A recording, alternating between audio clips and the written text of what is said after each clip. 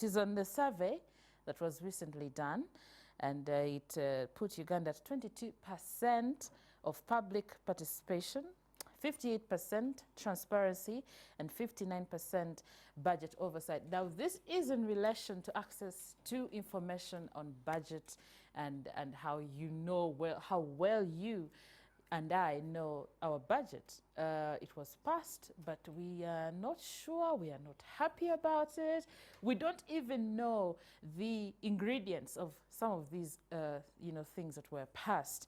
And we want to understand a little more what this survey, why it is important, why we need to know what our budget entails and what exactly it is going to mean for us as the people that are being budgeted for, as a government that is being budgeted for. Now, joining us is Penina Mbabazi, and she is the program officer at the Uganda Debt Network. Penina, very good morning and welcome to the show. Good morning. Thank you for having me. So tell me, why is it important, first of all, for me, as me and the public out there, to get access to budget information? Okay. Good morning, viewers.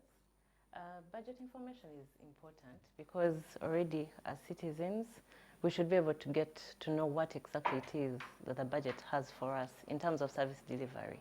So when we are talking about citizens being informed, and if we are able to also have the interest, because we should be able to know, according to any service delivery measurements, we can hold accountable for government to be able to hold accountable to its citizens.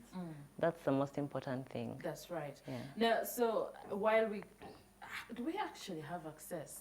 The survey says that we have some 22%. Is this good enough?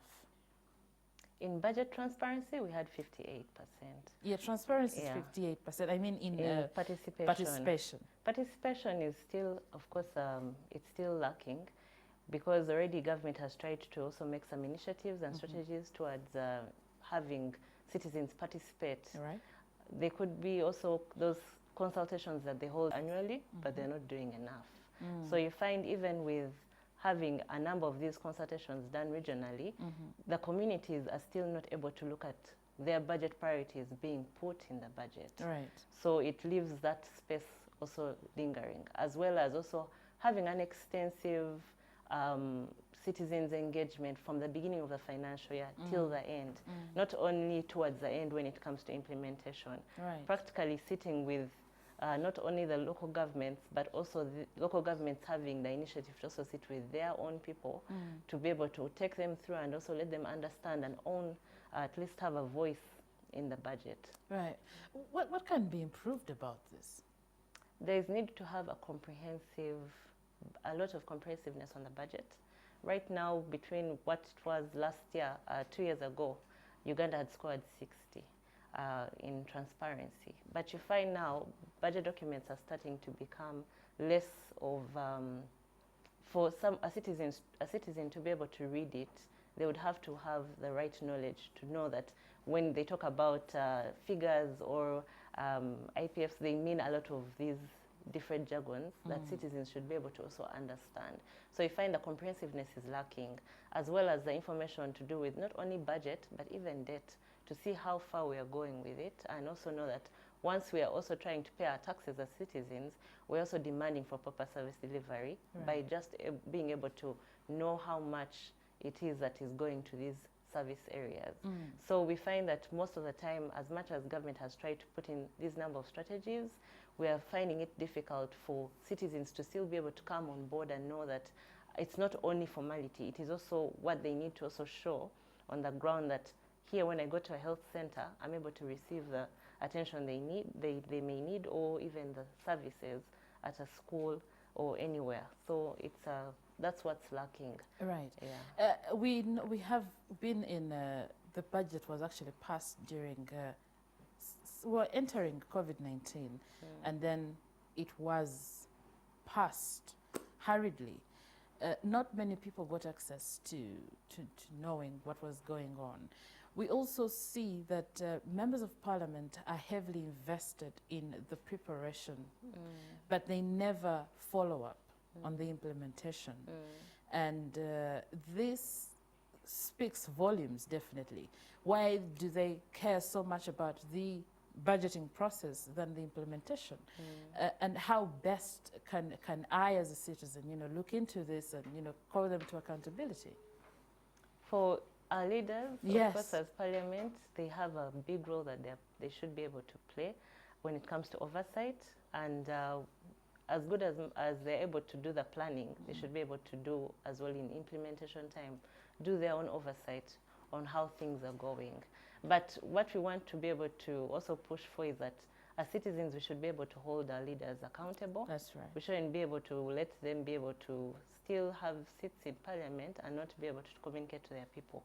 So by citizens owning the budget, by being able to also say that they themselves know what is in the budget and can be able to demand for service delivery, not only from government, but also their leaders. When they're going down at the grassroots, they should be able to know that what their priorities are can also be spoken for them when they're at Parliament. That's right. Not only it being only for just when it comes to planning, but we shall also be able to make sure that as citizens, they are able to also demand for that service delivery. So UDN has gone ahead to also try and train citizens in these different areas, in different regions, to be able to be knowledgeable about what they should look into when they are looking at the budget, not only generally as a national budget, but even as a district level. What exactly are they looking at? What priorities can they say have they been able to take care of this financial year, and at least be able to vote for their leaders and hold them accountable properly. That's true. How has that been going? What is the reception like? The reception is that they're actually interested. They want to be able to also do their own monitoring, evaluation of the budget, and be able to also know that aside them getting the skills, they're able to also sit with their leaders and be able to see how best they can not only generate the information for them in case they need more information about what's happening on ground and they're not able to be there 24/7. These people have gone ahead to make sure that they engage with their local governments, talk to them, inform them about the challenges they're having at the ground root, and also be able to see how UDN can be able to also carry forward some of those issues if they're not going to be properly handled at a local level. Right. Yeah. And tell me more about this survey. Uganda seems to be doing a little bit well compared to other countries. Tell me a little bit more. So the Open Budget Survey is an independent, it's more of an independent survey that's done by International Budget Partnership. Okay. And mainly it's looking at countries on their national government budgets. How transparent are they in 3 areas: budget transparency, oversight, and also public participation. Yes. So when we look at Uganda, Uganda performed by 58% on budget transparency. Out of 117 countries worldwide, it was the 36th.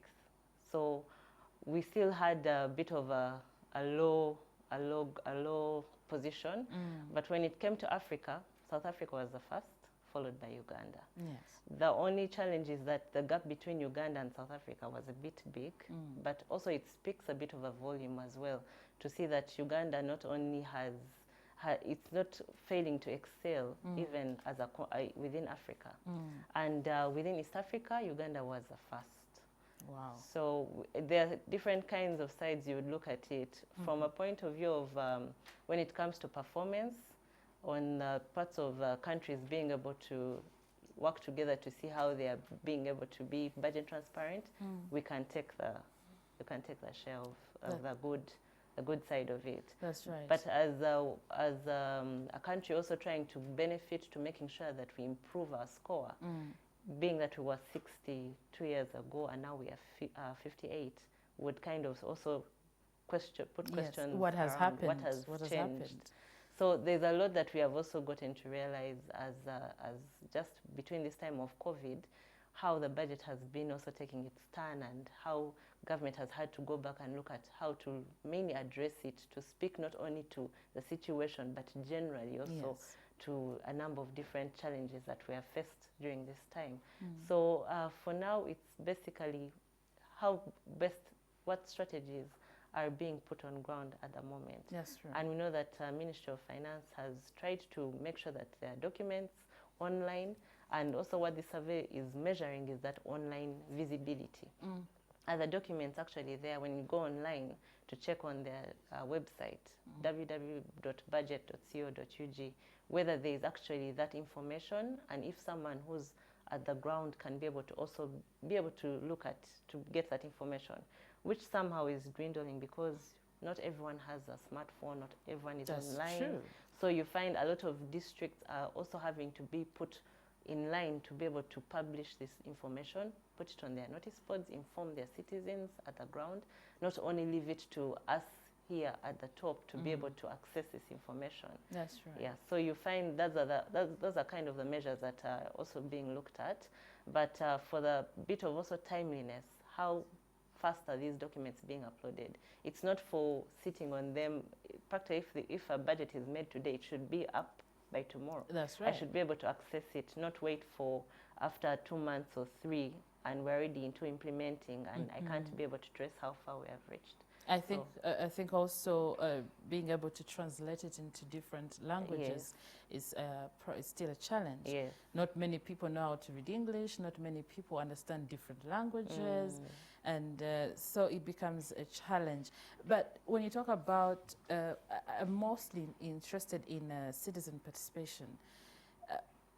It is still a huge challenge because, first of all, access to that information is not for everybody. Some people have said, oh, well, the government will plan. I don't need access to, the budget. We'll see what happens.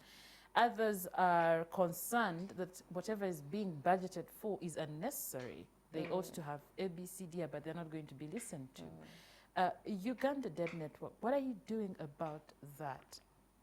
For us as UDN, we basically an advocacy NGO. Yeah. So what we're mainly advocating for, we go ahead to meet with Parliament, we go ahead to meet with the Ministry of Finance. Our main focus is that to make sure that prudent resource management is key. When it comes to how resources are being utilized and what exactly are they being spent on, even when we can come to borrowing money, borrowing is not bad as a country, but exactly to what is it going to be spent for. So we have had times where we've had to look back and also find a way to have other strategies for government to manage their spending when it comes to not only focusing on priorities as well for a country, but looking at also priorities and needs for citizens. Yes. What exactly can we do for on their behalf as CSOs as well to come in and to assist in that kind of advocacy or even in implementing? That's right. We would be very happy to know that at least when we have continued to engage with government, there are a number of changes that have taken place, but also not only for us, but more also for the citizens. That's right. And being informed, most especially on their rights, because citizens should be able to know that they have the right to demand from their leaders this information. They have a right to actually get to know, and it's not going to be withheld from them. If it's withheld from them, that is already going to be a challenge on their side. That's true. So that's what we mainly go ahead to do, to advocate for proper resource utilization and management, and to make sure that we have strategies that government can be able to say, we are working together with them as well, but to have an engagement, a dialogue with them to continue to prioritize the people's needs. Let's briefly talk about the public debt. 45% currently. Our public debt is at 45%. The World Bank says it is quite sustainable, but is also expected to rise to about 50 or 60% in about 2021 or 2022. How are we prepared? How then are we going to approach this? There are a number of different strategies we had raised to government to be able to make sure that they curb on their appetite to borrow. And a number of times we have had to say, there is a lot of wasted expenditure. The government, there's actually a report that the government, spends more. Yes. It really spends, but they say Uganda's fiscal deficit has risen from 7% in 2019-2020 to the current 9%. And this is a shortfall in a government income compared to its spending. There's that disparity and vis-a-vis our public debt. Yes.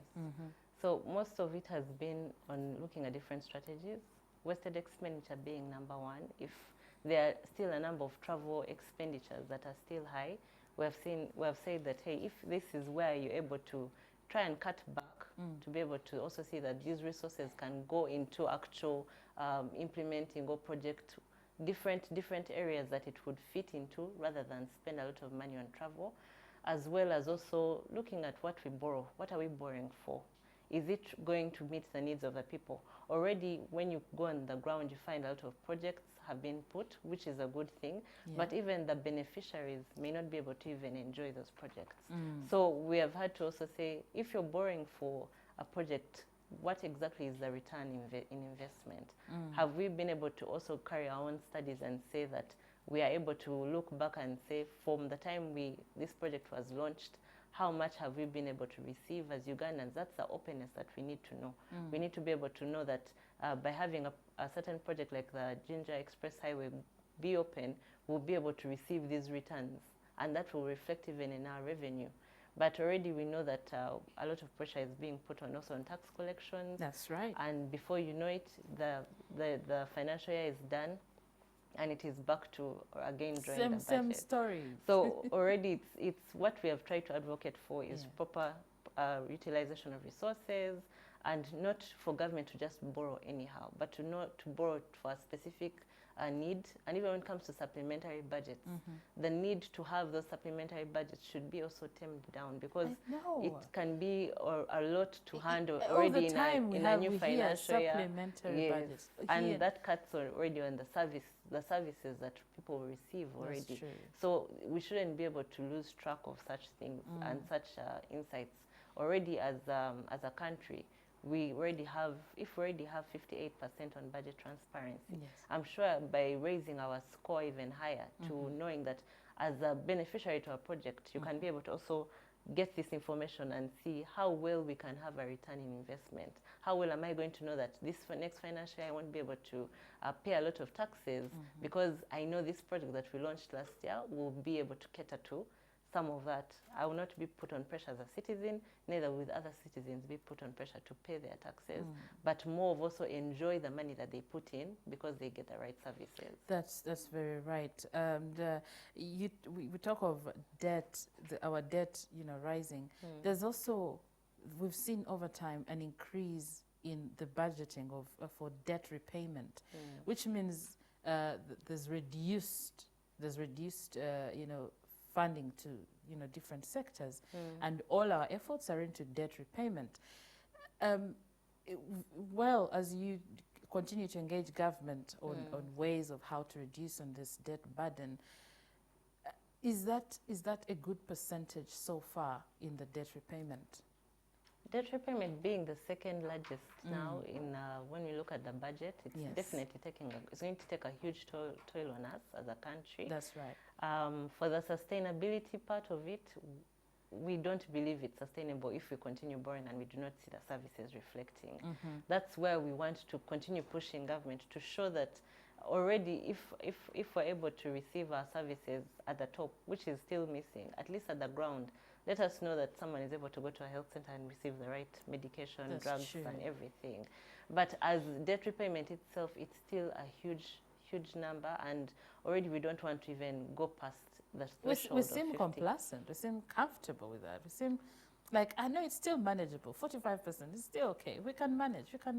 It's a big deal. As much as we may seem complacent, because of course, being that we have already a budget that's on ground, but is going to be looked at again because of the situation, it speaks volumes. That's right. So if we're only going to be able to borrow because of such challenges that come in a time right now, it would mean that already as debt repayment should be also try to look at the side of how we're going to pay back that money. Yes, true. And not only look at increasing taxes on things, on items, or on the citizens, the pressure that will be there, but also for government to show us that openness, that transparency, that through engaging with the citizens, they're also going to show them where exactly their money is going. I know. And also not only on debt repayment, because we want to also be able to know that our citizens are getting the right services. Yes. And is the government really doing any good work? Has it moved any steps into making sure the citizens know that they're borrowing ABCD for ABCD, and this has been actualized? So if we borrowed money for the expressway, we have used ABCD, this is how much they demand from us. Is the government being that transparent? Apart from this, survey, do we see cases of transparency here? There's a bit of it not being openly out there, because already also as UDN, what we have put across on this open budget survey is that it shouldn't only speak about budget being transparent. It should also speak about debt, the debt performance especially. How are we able to also get those in-year reports that talk about debt performance, not only for figures, but also on actual showing that this is where the money is being spent and this is how we're going to repay back. In a number of years, they should be able to show us how much of that time, how many years would be. That information is not available. It's not entirely available. Mainly for some few institutions like Ministry of Finance that has tried to publicize with Bank of Uganda on some of these figures, but it's still lacking for that. Just for someone who's at the ground level to be able to know, they're not paying their taxes to pay debt that they didn't. For them, they're citizens. They're not seeing where they actually got it from, but they want to know. They want to be informed. So that openness is still missing, and even the comprehensiveness in the details of those documents that they do publicize is also necessary. We need to be able to understand exactly how far much of this debt that is being acquired, if it is in the time of COVID right now, what exactly is it going to? Already we saw from what IMF was able to give us, some of it was going to ensuring that small-scale, medium enterprises are also getting some money out of it and trying to stabilize the situation for them. But we need to be able to also know, as if debt repayment continues to take the largest share as well, aside from transport, what it will come down to in a few years, if generations even after will be the ones paying for this money and not only us. I know. And that actually has a very, very, very bad effect on the government. Now, going back to budget accountability practices, does the Ugandan government prioritize timely and open budget policy to further encourage citizens' engagement and participation in governance? Currently, what government has done is that they hold their consultations, those budget consultations every year. What we are facing what we're now seeing is that a number of the priorities that would be coming out of those consultations are not reflecting in the budget. A few of them can be reflecting, but not entirely. So we get to realize that, yes, they could try to be open from the consultations that they have, even from the engagements we have had with them as civil society, but there is need to even have it more comprehensive. It's not going to only be able to be easy for me to understand the budget, me myself, and yet everyone else is not able to understand what it exactly means for them. So as citizens also, we should be able to take our own ownership towards it, try to have interest as much as possible, to look at what exactly it is. There's too much jargon in there, and not many of us are trained in that area. So really, sometimes they're like, okay, whatever comes. But it's going to be hard if we're going to only be, civil society only, and maybe a few other international organizations that may look at this and say, no, this is not right. But when it's also with the citizens, and from what we are trying to also train as UDN, is that it should not only be about capacity building, but ownership. So if you're able to know what the budget holds for you, and you're able to access this information, it can go a long way into advocacy, not only for us to be raising the banner only for government, but also for citizens to raise their own banner and say, my voice is not heard in this budget. I do not get to see some of the things that we want to prioritize as a district or as a country reflecting in it. So we need to be knowledgeable as well to that extent. Even just showing the involvement to your own leaders and holding them accountable is enough of mileage to push us in the right direction. I've always wondered if we as a citizen can actually say, no, we don't want this budget. We are not going to.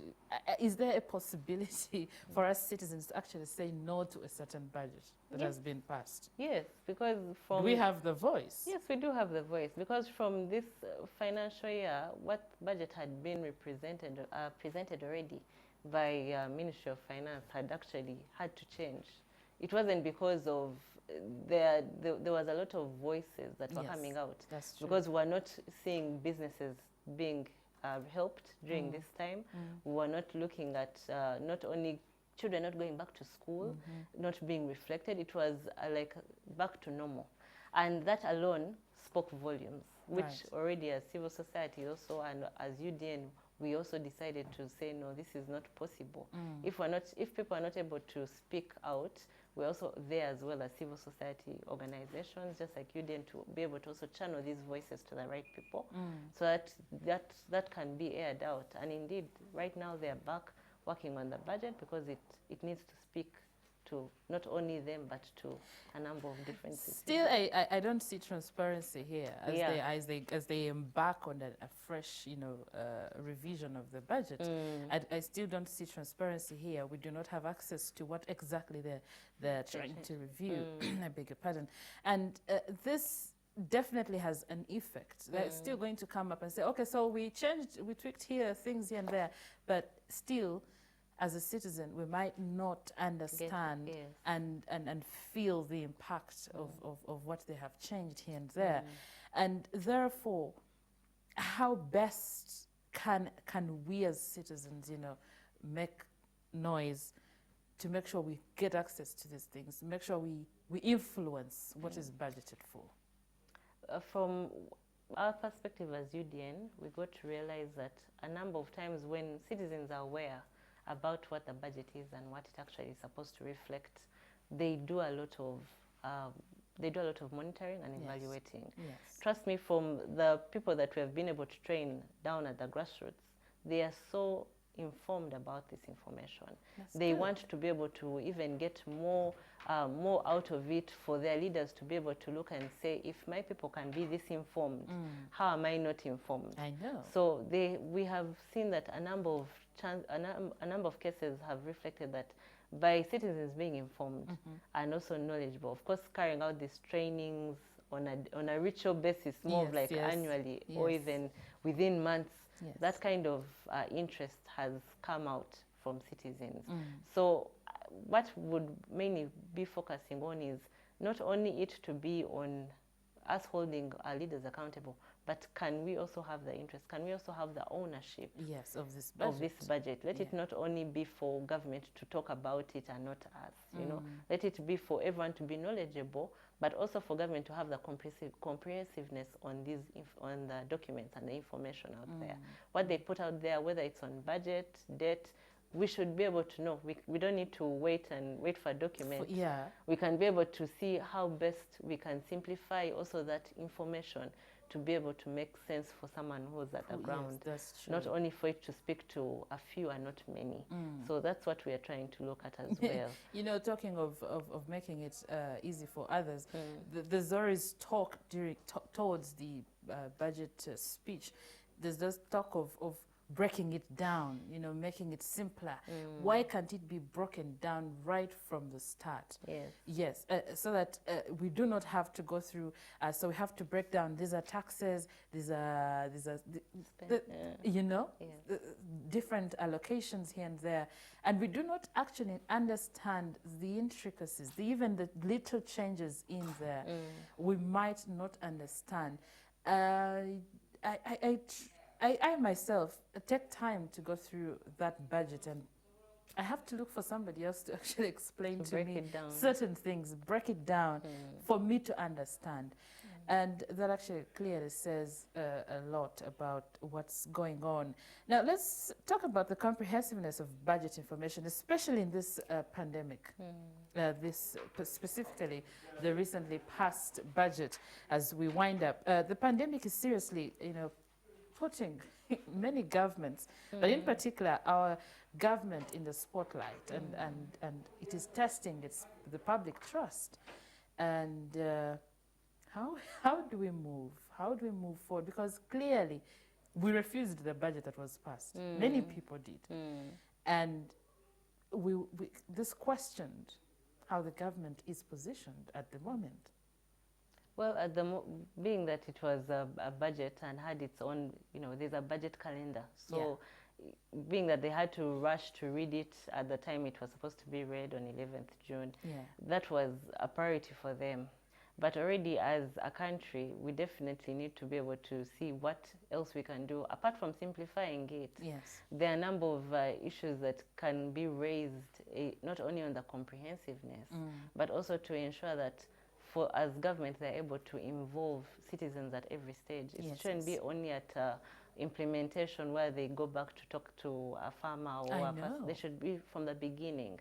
And even as parliament, they should be able to also look at, not only looking at government, but also for them as parliament, their oversight is necessary and important. Very, very. So as much as we would not, during this time of COVID, it was really an important thing that came out that showed us that we need to be able to have a fallback to know that government is able to speak not only to themselves as when it comes to information, but also to speak to the citizens and be able to inform them. And media has done a good job on that, reflecting a number of that, a lot of information that came out during this time to show how much government is doing or how much government has had to receive from different bodies, different international bodies on funding and helping during this time. But definitely we need to take it a step further and also strategize a number of different ways we can engage not only the public during this time, but even after it's already been passed. We need to push forward and follow up and monitor and evaluate and properly ask for transparency and accountability. Especially the accountability itself should be speaking. We should not be even waiting for him to give it to us. We should be able to see it, openly and transparently. So, of course, different countries have had their toil when it comes to this issue. But as Uganda, we just need to also wave our own flag and be able to have a way to show that transparency and accountability is important. That is Penny Nambazi from Uganda Debt Network on, of course, budget accountability. And she says we need to see the budget work. We need to see the works happening. We don't need to go and be like, hey, but they budgeted for this and we're not seeing any work being done. Well, you also need to hold your people accountable, your leaders especially. And for me, Parliament, please, you need to do your oversight work. Instead of just sitting there making, okay, we are budgeting process, implementation, we don't see you anywhere. We need you to up your game. Well, thank you very much, Penina. Okay, and we'll take a break here on Urban TV and we'll return with what's happening in Urban Gossip.